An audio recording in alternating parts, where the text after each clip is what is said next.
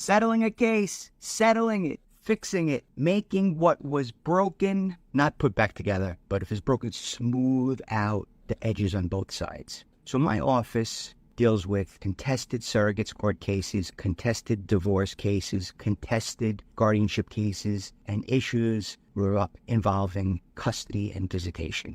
Right? Fighting.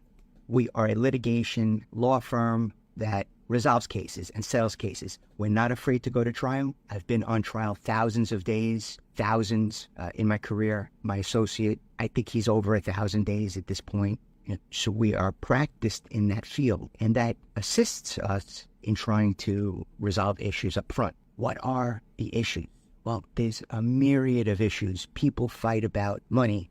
Money's number one. Children, number one in some contexts. Two, number one, well, I am a lawyer, called doublespeak. Depends on what's important to the person and what they have, right? You might have children and a lot of monetary wealth, and for you, having custody of the children and directing their future is the most important for you. And someone else, possibly even in the same marriage, it's holding on to the money. We've seen that. I have seen that. You have to, there's a couple of ways to approach cases. We look at all of the financial issues. We look at all of the issues regarding family dynamic, ages of the children, number of children. That's just in the divorce. In a guardianship, we have to take into account most of those very same circumstances. What is the money? Alleged incapacitated person, what is the family dynamic, married, single, divorced, partner, and then how many children does that person have, or any, or extended family, and then we look at that scenario. Surrogates court work, what is all of the money that's involved in this situation? What are the family dynamics? Is there a surviving spouse? Is there a partner? Are there children? Same calculus, same thought. Sometimes I analogize these situations to game with a bat and a ball. Wiffle ball is similar to stickball, which is similar to softball, which is similar to hardball. And out of left field, you have cricket. They all have, and even kickball, there are a lot of the same moving parts because this is the soft science into personal skills and how they bump into the law.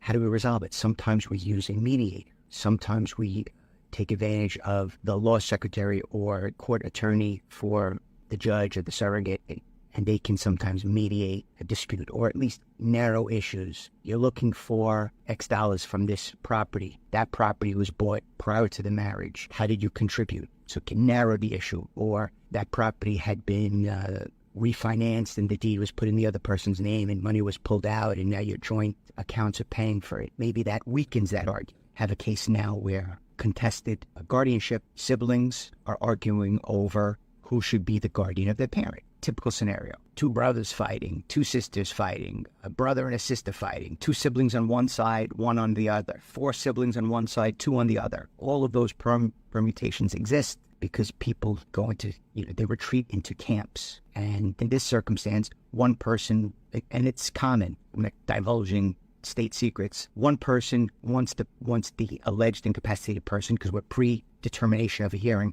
wants the person to remain at home, and the other group wants the alleged incapacitated person to go into a skilled level nursing facility or an assisted living facility because both sides think that's what's in the best interest of their parent. The group that wants the parent to stay at home with caregivers and additional resources think that's the best way to stave off dementia. And then the other side, and there are circumstances against that, right? Perhaps the parent doesn't want a caregiver in the house and maybe is hesitant to do so. And although there's a lot of family, not a lot of family reside in the same state with this person. And on the other side, the group of family members that want to have the parent go into a skilled level facility, perhaps with a memory ward, because they think that that will be the best way to stave off dementia. I saw a compilation, a video montage of past presidential debates, and Reagan, there was Gore, there was Bush, there was Clinton, Obama. They took some of the most profound words of wisdom